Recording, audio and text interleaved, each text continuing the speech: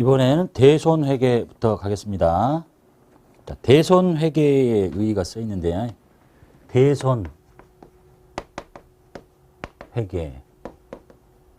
대손이 뭐냐?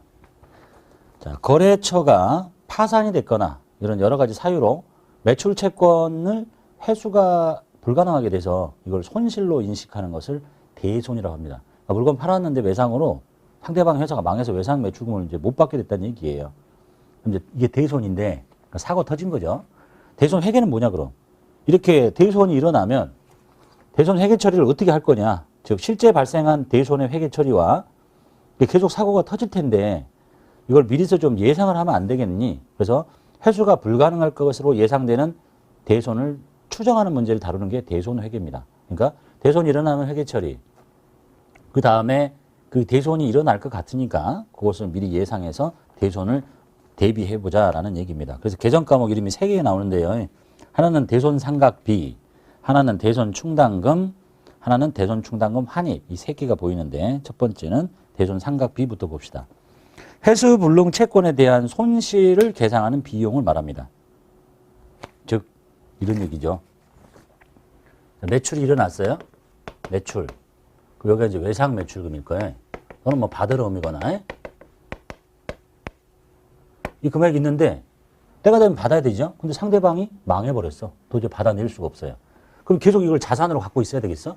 못 받게 됐잖아요. 이제 받을 수 있는 권리가 없어졌어요. 응? 때가 돼서 망해가지고 그럼 이제 이걸 없애요. 외상 매출금이라는 권리는 더 이상 존재하지 않는 거죠. 상대방이 망해서 못 받아내니까. 그럼 이제 여기를 뭐라고 해야 되느냐는 얘기지.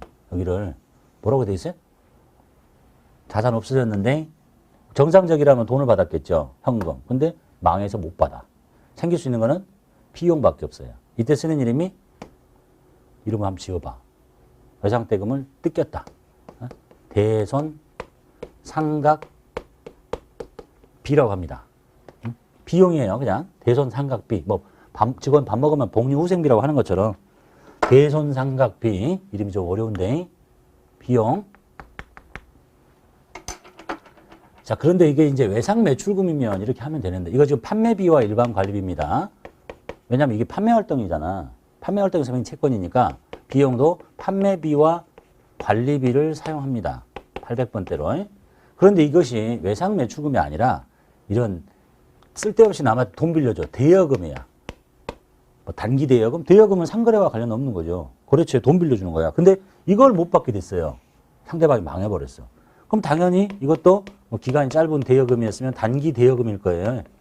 못 받게 됐으니까 없애. 이거 대손 처리해야 돼. 그런데 이때 쓰는 이름은 이게 지금 상거래와 관련되지 않은 채권이 없어졌기 때문에 판매비와 관리비를 쓰는 게 아니라 영업활동과 관련 없는 비용이다. 그래서 영업의 비용을 씁니다. 그때 쓰는 이름은 기타의 대손상각비입니다. 둘 다 비용인데 위치가 틀린 거야. 얘는 영업활동과 관련 없는 채권을 못 받게 됐으니까 영업의 비용을 쓰는 거예요. 이렇게 기억하시고 매출 채권은 상거래와 관련된 채권이니까 이걸 못 받게 됐으니까 영업활동과 관련된 비용을 만들고 이건 쓸데없는 채권이잖아. 영업활동 관련 없는 채권이니까 영업의 비용을 써라라는 게 이 대손 상각비에 써 있는 이름입니다. 매출 채권에 대한 대손 비용은 판매비와 관리비를 쓰시고 요거 그 다음에 기타 채권 등은 판매활동 관련 없으니까 영업의 비용을 쓰시고 그 다음에 이제 충당금이라는 얘기 나오죠. 충당금과 대손 충당금 환입은 따로 정리하도록 할게요. 자, 그래서 이제 대손 처리 방법이라고 돼 있는데 충당금 설정법 이런 게 돼 있죠. 자, 대손 처리 방법에는 직접상각법과 충당금 설정법이 있습니다. 지금 이렇게 하는 게 직접상각법이에요. 이렇게 하는 게. 얘도 마찬가지고 그냥 물건을 팔 때는 다 매출하고 외상 매출금 묶어놨다가 사고 터졌다고? 못 받아. 대손상각비. 못 받아. 기타의 대손상각비. 이렇게 하는 게 직접상각법이에요. 간단하잖아. 이게 인정이 되면 더 이상 할 얘기가 없는 거예요. 그런데 이 방법에 좀 문제가 있더라는 거지. 예? 근데 뭔 문제가 있냐? 문제를 좀 봅시다. 이론적인 얘기니까 그냥 들어만 보시면 돼요. 두 가지 문제점이 있는데 이런 거예요. 자, 우리가 매출을 일으켰을 때는 주로 이쪽에서 매출을 잡게 되죠. 올해. 즉 수익을 인식을 했어요.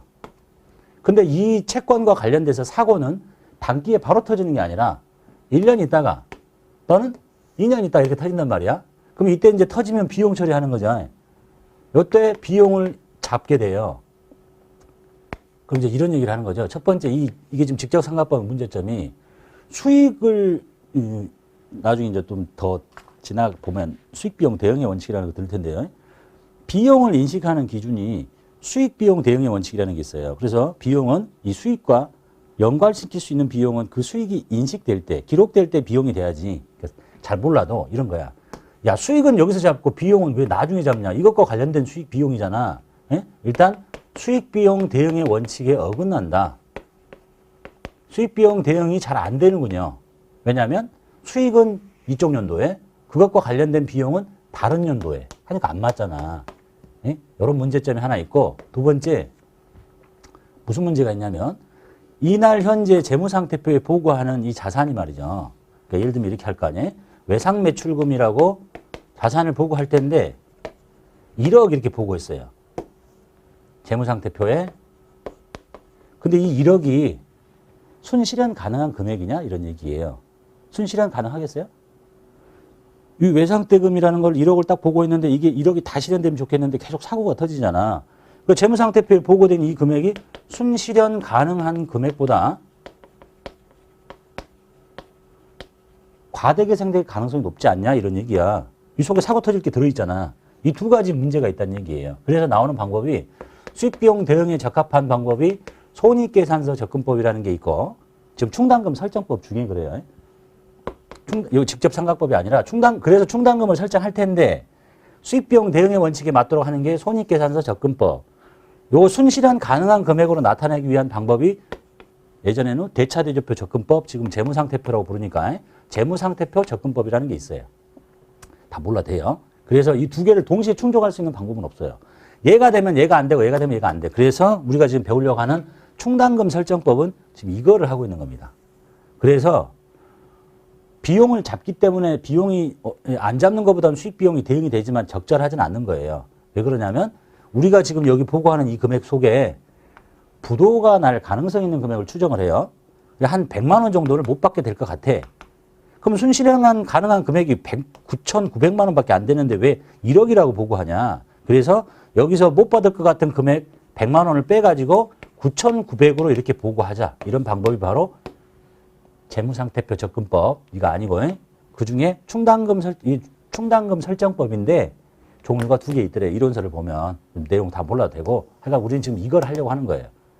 이걸 수익 비용이 안 한 것보다 예업처럼 안 한 것보다 비용을 요쪽 회계연도 비용을 좀 집어 넣을 거니까 조금은 되긴 하지만 정확하게 대응된다고 볼 수는 없다. 이런 이론적인 내용만 들어보시고요. 그럼 어떻게 하자는 거냐? 자, 1년도 말이 됐어요. 그러면 이제 외상매출금이라고 있겠죠. 외상매출금이 있는데 또는 뭐 받으러움이 있는데 외상매출금 1억을 이렇게 다 보고 하지 말고 계산을 해보라는 거야. 못 받을 것 같은 금액을 어떻게 계산하고 돼 있냐? 읽어볼게요. 대손처리 방법에.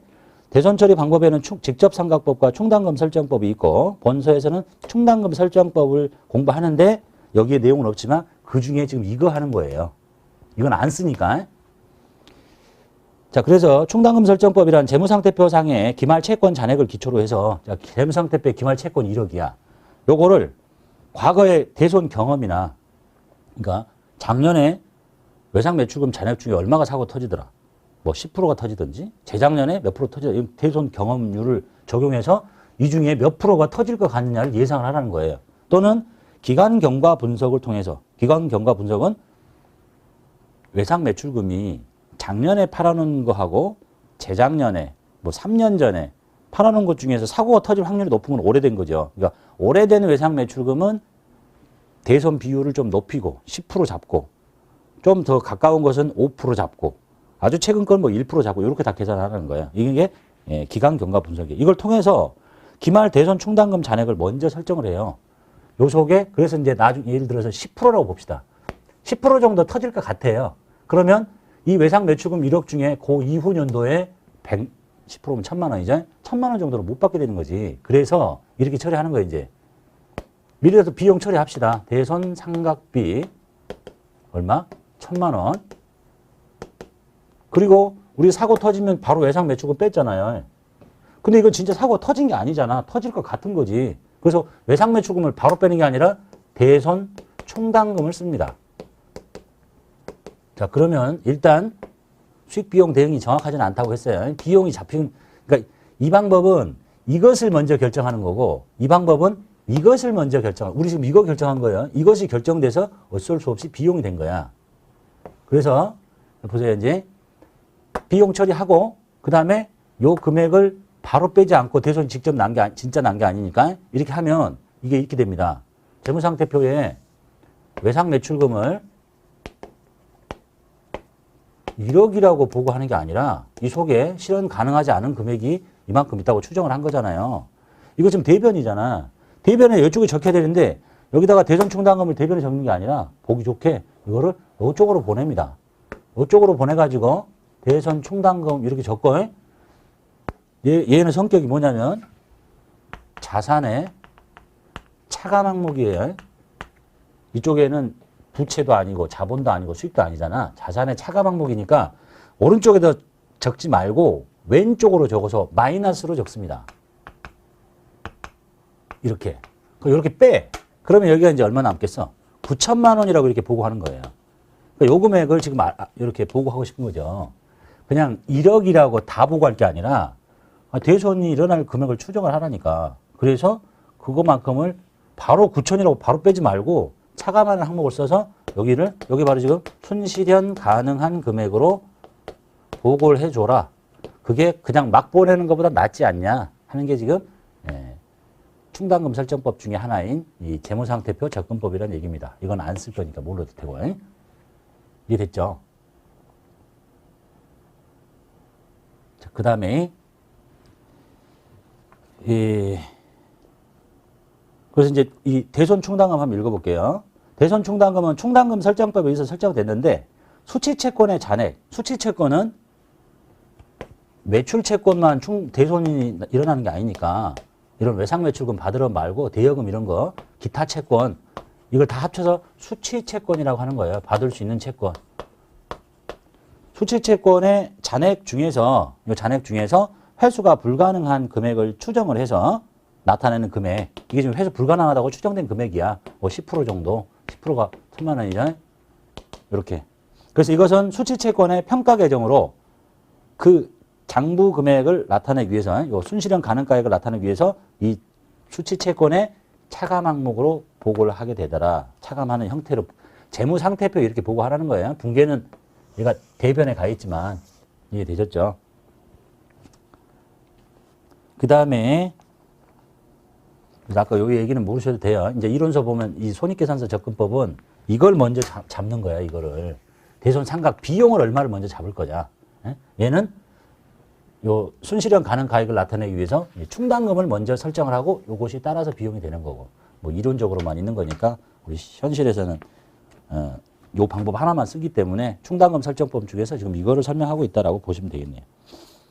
환입은 좀 이따 있기로 하고요. 그래서 이제 생길 수 있는 상황이 쭉 나열이 돼 있는데 충당금 설정법 생기면서부터 끝나는 것까지 쭉 정리를 한번 뒷페이지에 있는 사례를 예제를 통해서 연도 중에 생길 수 있는 상황을 모두를 다 볼게요.